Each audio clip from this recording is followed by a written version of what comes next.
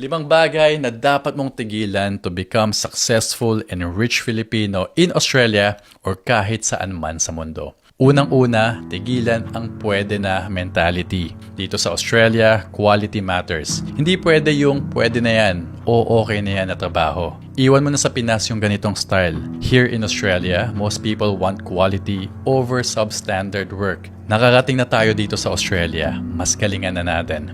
Pangalawa, tigilan ang crab mentality. Don't hate on other people's success, lalo na yung kapwa nating Pinoy. Hindi mo naman ikahihirap kung susuportahan mo yung success ng iba. In my experience, the more I support and praise other people, the more blessings I get as well. Let's do our best to support each other. Ikatlo, tigilan ang kayabangan. Hindi mo kailangan magmukhang mayaman. Don't buy a lifestyle you cannot afford just to look successful.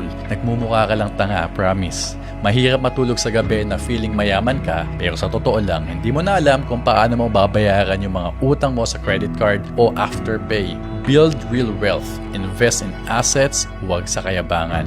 Number 4, tigilan ang pagpapautang. Wala kang balon ng pera at hindi ka naman ATM machine. Set financial boundaries. Build an emergency fund. Say no when needed. And learn to prioritize your own growth. Your savings are supposed to save you sa mga panahon na medyo taghirap. Other people's emergency is not your emergency. At panglima, tigilan ang sahod, padala, kawawa lifestyle. We should help our family, but you need to help yourself and build your future too.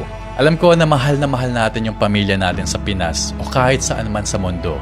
Pero may sarili kang buhay, sariling pangarap, sariling goals. Hindi ka naman pinanganak para lang buhayin yung magulang at mga kapatid at kaibigan mo. You were born to live your life as well.